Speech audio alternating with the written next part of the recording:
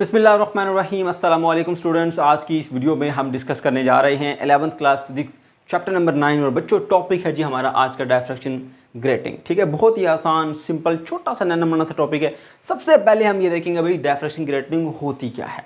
बच्चों ये एक डिवाइस का नाम है। कैसी डिवाइस का नाम? एक ऐसी डिवाइस का नाम जिसको हम यूज़ करते हैं वेवलेंथ ऑफ लाइट को फाइंड करने के लिए विद ग्रेटर एक्यूरेसी। ठीक है। नंबर 2, हम इसको इस्तेमाल करते हैं लाइट को उसके डिफरेंट कलर्स में स्प्लिट करने के लिए। आपको पता है, सब जानते हैं white light is a combination of 7 colours light. ठीक है, 7 मुख्तलिफ कलर्स की लाइट मिलती है तो वाइट लाइट बनती है। तो आप उस वाइट लाइट को 7 डिफरेंट कलर्स में अगर स्प्लिट करना चाहते हैं उसके लिए भी आप ये डिवाइस का इस्तेमाल कर सकते हैं। समझ गए बच्चों? अब सबसे पहले ज़रा इसकी डेफिनेशन के ऊपर आ जाते हैं। 2 डेफिनेशन मैंने यहाँ पर लिखी है इसकी। नंबर 1 डेफिनेशन, डायफ्रैक्शन ग्रेटिंग क्या होती है? Diffraction grating is a device, एक ऐसी डिवाइस है that can separate a beam of light into the constituent colours. ठीक है, ये ऐसी डिवाइस है जो कि वाइट लाइट को उसके 7 मुख्तलिफ रंगों में जिससे वो मिलके बनी है उसमें स्प्लिट कर सकती है। उस डिवाइस का कहते हैं, हम नाम ने रखा हमने डायफ्रैक्शन ग्रेटिंग। एक और डेफिनेशन जो कि इसकी कंस्ट्रक्शन के हवाले से है, a glass plate having the large number of close parallel and equidistant slits mechanically ruled on it is called a diffraction grating. जैसा कि मैंने बताया ये एक डिवाइस है। कैसी डिवाइस है? ग्लास प्लेट होती है एक। उस ग्लास प्लेट के ऊपर हमने छोटी छोटी स्लिट्स बनाई होती हैं, एक लाइंस ड्रा करके, स्क्रैचेस ड्रा करके उसके ग्लास के ऊपर। कैसे स्क्रैचेस ड्रा करते हैं बच्चों? वो जो आपने देखा होगा वो डायमंड कटर जिससे हम ग्लास को कट करते हैं, उसकी हेल्प से हमने छोटे छोटे स्क्रैचेस बना दिए उसके ऊपर, ग्लास के ऊपर। ठीक है, तो वो स्लिट्स के तौर पे एक्ट करते हैं। जैसे आपने यहाँ पर देखा, ये छोटा सा ग्लास है, इसके ऊपर बहुत सारी लाइंस आप देख सकते हैं, ऐसे क्लोज लाइंस हैं। ठीक है, पैरेलल भी हैं और इक्वी डिस्टेंस भी हैं, बराबर फासले पर हैं, पैरेलल हैं। ठीक है, और क्लोज लाइंस हैं जो कि हमने इसके ऊपर मैकेनिकली रूल कर दी, यानी इसके ऊपर हमने एक वो डायमंड कटर की हेल्प से इसके ऊपर ड्रा कर दी। तो ये बन जाती है जी हमारे पास वो डिवाइस जिसका नाम हमने रखा डायफ्रैक्शन ग्रेटिंग।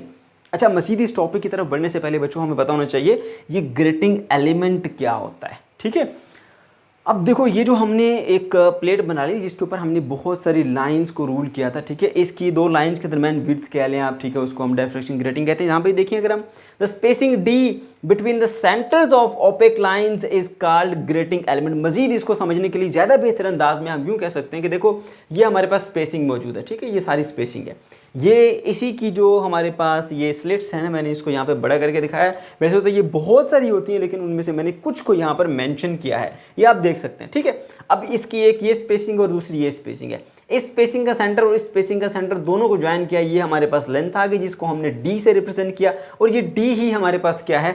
ग्रेटिंग एलिमेंट है। It depends upon the wavelength of the light used. जो वेवलेंथ आपने लाइट यूज़ करनी है उसी के रिस्पेक्ट से आप ग्रेटिंग एलिमेंट सेट कर लेते हैं। अब हमारे पास जो वाइट लाइट है वो 7 कलर्स का कम्बिनेशन होती है।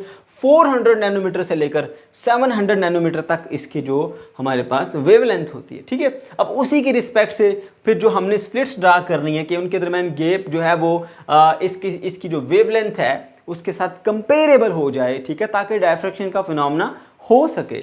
ठीक है, तो वो तकरीबन 4000 से लेकर 6000 तक पर सेंटीमीटर आपने इसके ऊपर मार्क लगाने हैं, या उसके ऊपर आपने इस तरह से लाइंस रूल करनी है, लाइंस ड्रा करनी with the help of diamond cutter. ठीक है, अच्छा ओके, तो ये चीज़ें हमने सीख ली। अब बच्चों सवाल ये पैदा होता है कि हमने पहले पढ़ा था डायफ्रैक्शन, सिंगल स्लिट की डायफ्रैक्शन पढ़ी थी, फिर हमने डबल स्लिट पढ़ा था एक्सपेरिमेंट। ठीक है, अब हम इतनी ज़्यादा स्लिट्स के ऊपर आ गए, आखिर हम ऐसा क्यों कर रहे हैं? इसकी क्या वजह है? बच्चों वेवलेंथ ऑफ लाइट तो हमने वैसे भी फाइंड कर सकते हैं, और भी हमारे पास तरीके हैं, लेकिन उस तरह से हम ग्रेटर एक्यूरेसी के साथ फाइंड नहीं कर सकते। अगर हम यंग्स डबल स्लिट एक्सपेरिमेंट की बात करें ना, उसके अंदर जो हमारे पास ब्राइट एंड डार्क फ्रिंजेस बनती है ना, आप देख सकते हैं उसकी विड्थ बहुत ज़्यादा है। ठीक है, अगर इसकी विड्थ ज़्यादा होगी ना, इसकी विड्थ ज़्यादा होने से इसकी जो पोजीशन, हम एक एंगल निकालते हैं, जैसे फर्स्ट कर लो ये स्क्रीन यहाँ पर पड़ी है, तो यहाँ से हम उसकी पोजीशन निकालते हैं जब, तो ये एंगल थीटा देखना पड़ता है ना। अब ये एंगल थीटा जो है वो ग्रेटर एक्यूरेसी के साथ आप फाइंड नहीं कर सकते। ये एंगल थीटा उसके फार्मूले में इस्तेमाल होता है जिससे वेवलेंथ फाइंड करनी है। अगर ये थीटा की वैल्यू सही नहीं मिलेगी आपको तो डेफिनेटली आपका आंसर सही नहीं आएगा, या उसमें कुछ ना कुछ एरर आएगा। तो ग्रेटर एक्यूरेसी अगर चाहिए तो फिर एंगल को भी आपको बेहतर बनाना होगा।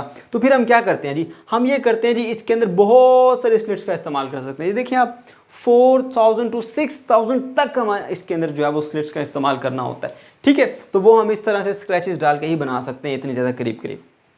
ओके, अब बच्चों ऐसा करने से क्या होता है, जब आप ये काम करते हैं, बहुत ज़्यादा स्लिट्स लगा देते हैं, तो फिर ये जो हमारे पास इससे गुजरने के बाद जो इंटरफेरेंस होती है इसके ऊपर, तो वो इंटरफेरेंस जो है वो उसमें जो ब्राइट फ्रिंज है वो बहुत ज़्यादा नैरो हो जाती है।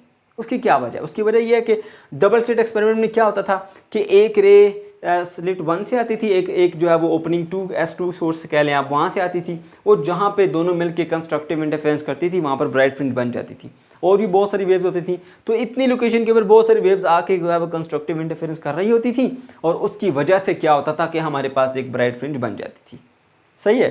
अच्छा, अब यहाँ पर इस केस के अंदर 2 वेव्स नहीं है, बहुत सारी। अगर हम खाली इसको कंसीडर करें, यहाँ पे हमारे पास 5-6 वेव्स जो हैं या 5-6 रेज जो हैं वो आ रही हैं। अब उस जगह पर कंस्ट्रक्टिव इंटरफेरेंस बनेगी जहाँ ये 6 की 6 जो है वो क्या करेंगी जी, आके हमारे पास कंस्ट्रक्टिव इंटरफेरेंस करेगी और ब्राइट फ्रिंज हमें मिलेगी, ठीक है। फिर से उसने सिर्फ उस जगह के ऊपर ब्राइट फ्रिंज आपको मिलेगी जहाँ पर ये सारी आके कंस्ट्रक्टिव इंटरफेरेंस करेंगी, और कंस्ट्रक्टिव इंटरफेरेंस करने के बाद वहाँ पर हमें ब्राइट फ्रिंज मिलेगी। बात समझें। अब अगर 2 रेज हैं, ठीक है, उनका तो एक पॉइंट के ऊपर आके दोनों का कंस्ट्रक्टिव इंटरफेरेंस करना तो आसान है, लेकिन अगर 2 से ज़्यादा वेव हैं, 3 है, 4 है, 5 है, तो फिर ज़रूरी नहीं है कि वो 5 की 5 या 6 की 6 या 10 की 10 जो आ रही हैं वो सब की सब हमारे पास कंस्ट्रक्टिव इंटरफेरेंस करें। इस वजह से इसकी जो विड्थ है वो ब्राइट फ्रिंज की बहुत कम हो जाती है, क्योंकि बहुत कम ऐसे पॉइंट्स आपको मिलेंगे जहाँ पर सारी की सारी वेव जो हैं वो, या मैक्सिमम वेव जो हैं वो कंस्ट्रक्टिव इंटरफेरेंस करके ब्राइट फ्रिंज बनाती हैं। समझ गए। तो उससे फिर होता ये कि ये जो हमारे पास फ्रिंज है ब्राइट वो नैरो हो जाती है, और नैरो होने से हमें एंगल जो है वो इसका ग्रेटर एक्यूरेसी के साथ मिलता है, और उस एंगल को जब फार्मूले में पुट करते हैं तो हमें आसानी से ग्रेटर एक्यूरेसी के साथ वैल्यू मिल जाती है वेवलेंथ ऑफ लाइट की। यहाँ पे अभी करके बताएंगे आपको। ओके, तो बच्चों ये चीज़ें आपने कुछ इंपॉर्टेंट कॉन्सेप्ट जो थे इस हवाले से मैंने आपको बता दिए। अब हम ज़रा इसकी वर्किंग पर आते हैं। अच्छा बच्चों, अब सबसे पहले होता क्या है कि हम जानते हैं कि हमने फ्राउनहोफर डायफ्रैक्शन को और फ्रेस्नेल डायफ्रैक्शन को पिछले टॉपिक में डिस्कस किया था। अभी जस्ट रिवाइज कर देता हूँ कि हमारे पास अगर मान लीजिए ये सिंगल स्लिट है, ठीक है, यहाँ से हमने लाइट को भेजा, डायफ्रैक्शन करती है, तो यहाँ से जो लाइट होती है वो डिफरेंट डायरेक्शन में जाती है कुछ, ठीक है।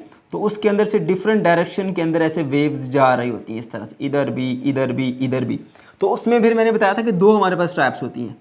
एक ऐसी टाइप है कि जिसके अंदर वेव्स जो है वो पैरेलल जा रही होती हैं, सारी की सारी, ये जितनी भी रेज हैं सारी की सारी बिल्कुल पैरेलल जा रही होती हैं, एक पॉइंट कभी मिलती नहीं कभी भी। ये वाली जो हमारे पास रेज हैं इनकी डायफ्रैक्शन जब आप डिस्कस करेंगे इसको बोलेंगे फ्राउनहोफर डायफ्रैक्शन, ठीक है। और अगर हमारे पास कुछ इस तरह की हैं कि जहाँ पे ये स्क्रीन है और यहाँ से आने वाली रेज जो है वो सारी की सारी पैरेलल नहीं है, बल्कि वो एक पॉइंट के ऊपर खुद ही ऐसे मिल जाती हैं और इंटरफेरेंस का फिनोमेना करती हैं, ठीक है, यहाँ पर फोकस हो जाती हैं। अब ये वाली कौन सी है, इसको हम कहते हैं फ्रेस्नेल, ठीक है, ये फ्रेस्नेल डायफ्रैक्शन है, लेकिन इसको हमने डिस्कस नहीं करना। ये मैं साथ इसलिए बताता हूँ ताकि आपको पता चले कि भाई फ्राउनहोफर में और उस दूसरी में फ्रेस्नेल में फ़र्क क्या है, ताकि आप इसको इंपॉर्टेंस दे सकें। ओके, तो ये वाला हमने केस डिस्कस करना है, ये वाला अभी हम डिस्कस नहीं करेंगे इस लेवल के ऊपर। ओके, चलिए बच्चों, तो यहाँ पर आपने फिर ख्याल रखना कि हमारे पास जो रेज आती हैं वो पैरेलल आती हैं। इसके अलावा ये भी याद रखो कि ये रेज ऑफ लाइट सिर्फ इस डायरेक्शन में पैरेलल नहीं जा रही, वो इधर भी पैरेलल जा रही होती हैं ऐसे, ठीक है, वो इधर भी पैरेलल जा रही होती हैं ऐसे।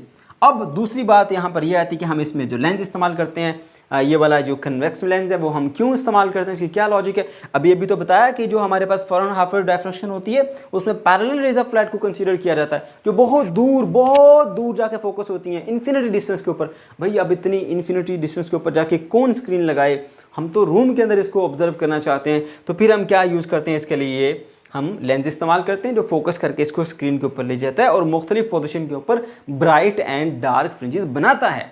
समझ गए। अच्छा, अब सबसे पहले क्या होता है जी, हम ऐसा करते हैं कि इसको, ये जो लेंस है इसको बिल्कुल सामने रखते हैं, इसके बिल्कुल इसके सामने, ठीक है। तो होता क्या है, जब इस तरह से सारी रेज ऑफ लाइट यूँ आ रही है इसमें से गुजर के, उसके सामने हमने रख दिया एक ऐसे लेंस, तो वो क्या करेगा, सारी की सारी रेज ऑफ लाइट को इस तरह से फोकस कर देगा स्क्रीन के ऊपर, ये ऐसे। अब बच्चों इससे क्या होता है हमारे पास, इससे यहाँ पर अब जो ये वाली रे है ये यहाँ से यूँ गई है ये वाली, और जो सबसे नीचे वाली है ये, इन दोनों का पाथ डिफरेंस मैच कर जाता है, कंस्ट्रक्टिव इंटरफेरेंस करती है और एक ब्राइट फ्रिंज बनती है।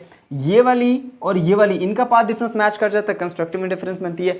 इस तरह से जब बिल्कुल सीधा हम रखते हैं यहाँ पर, तो ये लेंस यहाँ के बजाय यहाँ रखते हैं, तो यहाँ वाली जो रेज हैं जो पैरेलल जा रही है वो सारी की सारी इस पॉइंट के ऊपर फोकस करके इस पॉइंट O के ऊपर एक ब्राइट फ्रिंज बना देती हैं। इसको हम बोलते हैं जी zero order image, when theta is equal to zero. ठीक है, तो ये क्या होता है, जीरो ऑर्डर इमेज कहते हैं इसको। मजीद इसको भी एक्सप्लेन करूंगा, अभी हम यहीं पे रुकते हैं। ये होता है जीरो ऑर्डर इमेज। उसके बाद फिर आप क्या करते हैं जी, इस लेंस को ऐसे नीचे की तरफ मूव करते हैं और देखते हैं कि किस पोजीशन के ऊपर जाके फिर हमें एक मिलता है जी ब्राइट फ्रिंज। ठीक है, तो फर्ज कर ले यहाँ शिफ्ट करते हैं, जब इस पोजीशन के ऊपर आता है तो फिर आपको यहाँ पर एक ब्राइट फ्रिंज मिला, इस पोजीशन के ऊपर आ गए। सही है। अच्छा जी, अब जरा याद रखना बात ध्यान से, ये हमारे पास रेज ऑफ लाइट आ रही हैं। ठीक है, ये हमारे पास कौन सी डायरेक्शन है, फ्राउनहोफर डायरेक्शन है, जिसमें जस्ट पैरेलल रेज को ही हम डिस्कस करते हैं।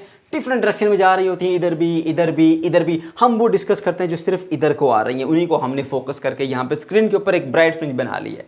सही है। और आप जानते हैं कि ब्राइट फ्रिंज तब बनती है जब हमारे पास कंस्ट्रक्टिव इंटरफेरेंस होती है।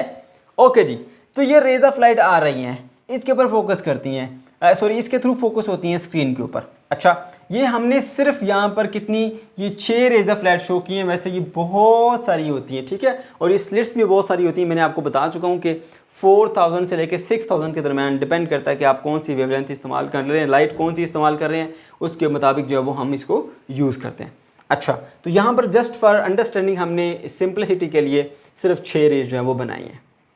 ओके बच्चों, अब याद रखिए कि अगर यहाँ पे ब्राइट फ्रिंज बन रही है ना, ठीक है, तो फिर पहली ब्राइट फ्रिंज यानी इस पोजीशन के बाद पहली जो है वो ब्राइट फ्रिंज बन रही है, तो वो फिर हमारे पास जो ये पहली रे ए वाली और ये रे बी वाली, ये रे ए और ये रे बी, इन दोनों के दरमियान अगर पाथ डिफरेंस जो है वो लैम्डा होगा तभी ये कंस्ट्रक्टिव इंटरफेरेंस करेंगे। सही है।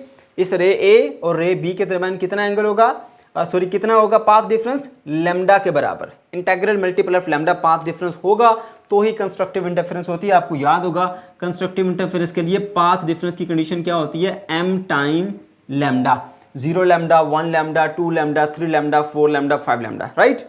ये हमारे पास कितना होगा बच्चों, 1 लैम्डा। सही है।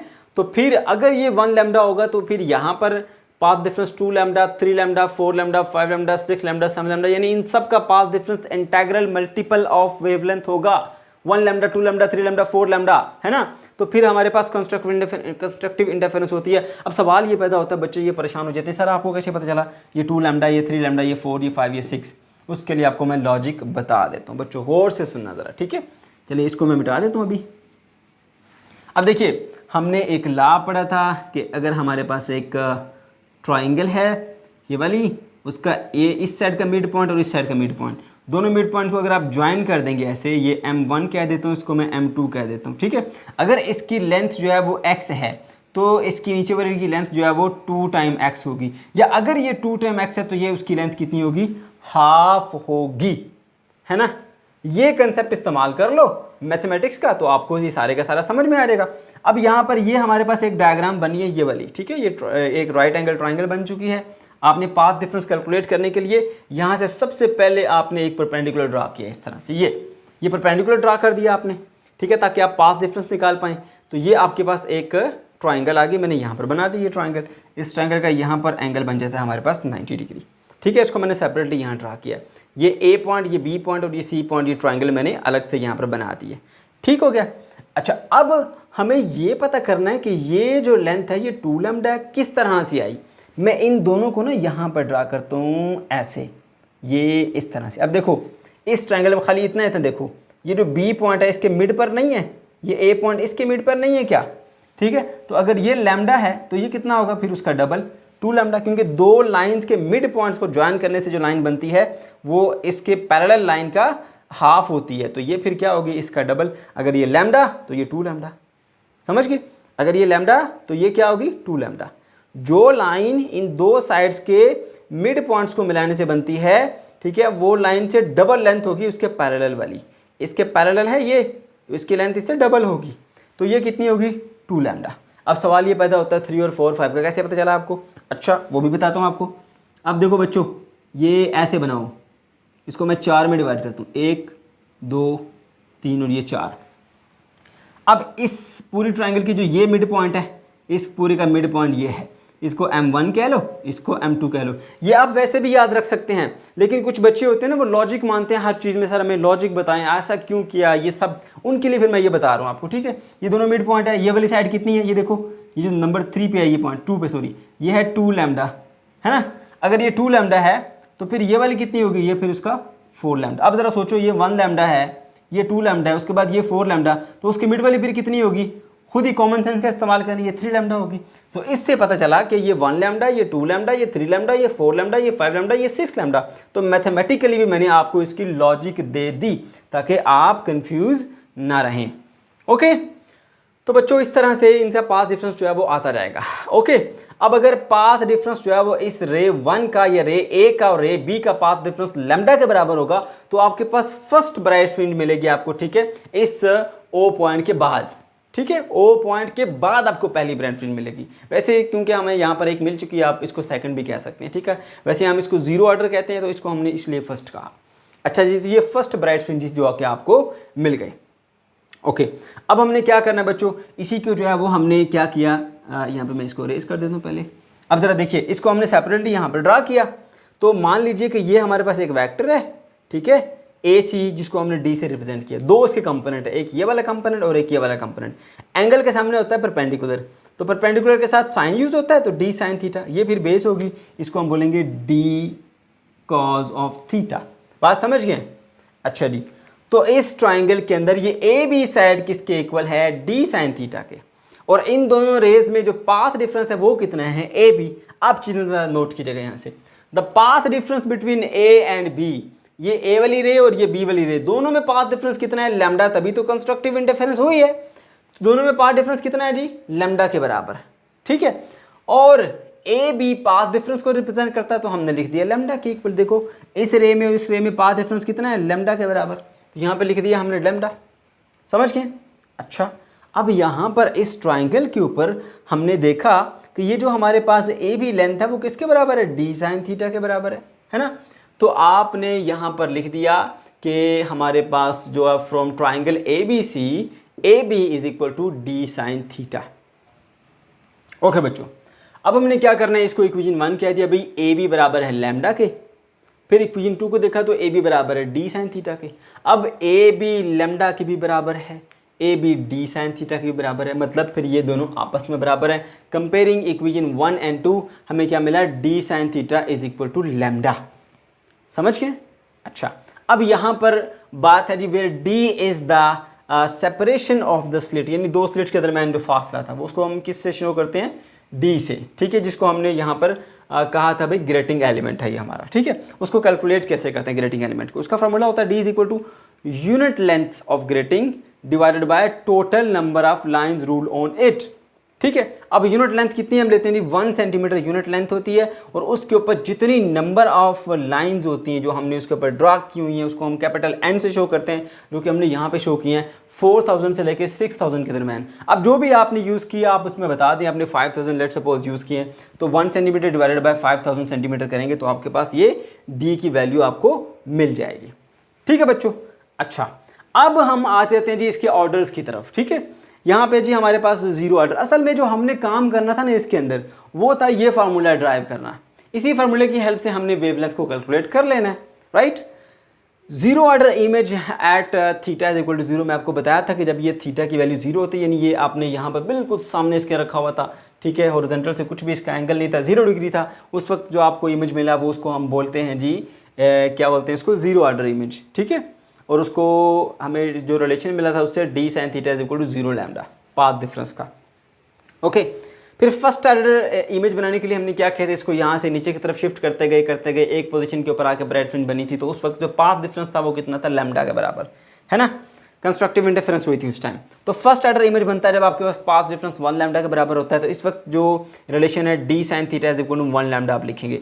इसी तरह सेकंड ऑर्डर के लिए आप क्या करते हैं, फर्दर इसको नीचे की तरफ मूव कराते हैं ऐसे, फिर एक नई पोजीशन के ऊपर आके ब्राइट फ्रिंज बन जाती है, तो आप लिखते हैं जी second order image path difference कितना होगा, 2 लैम्डा, और D sine theta is equal to 2 lambda. इस तरह से आप रिलेशन को लिखेंगे। ये मैंने इसलिए लिखा था कि ये जो फार्मूला ड्राइव करते हैं ना हम इसका, ठीक है, वो फार्मूला जो है यहाँ पर इसके साथ क्या आते हैं जी, एन लैम्डा, हाँ ये वाला फार्मूला, ये जो स्टार मैंने जिस पे लगाया है, ठीक है, वो आप आसानी से कैलकुलेट कर पाते हैं। इसी तरह थर्ड ऑर्डर के लिए यहाँ पर 3 आ जाएगा।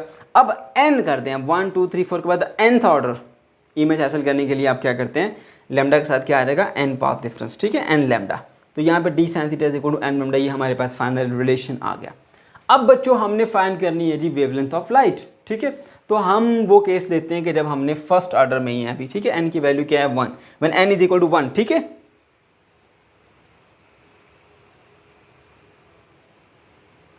Lambda is equal to D sine theta होगा, क्योंकि n की वैल्यू क्या होगी हमारे पास अब 1। अब बच्चों देखो हमने लैम्डा की वैल्यू यानी वेवलेंथ कैलकुलेट करनी है। ये d हमारे पास क्या है, मैंने बताया था ग्रेटिंग एलिमेंट, कैसे मिलेगा, 1 सेंटीमीटर डिवाइडेड बाय n।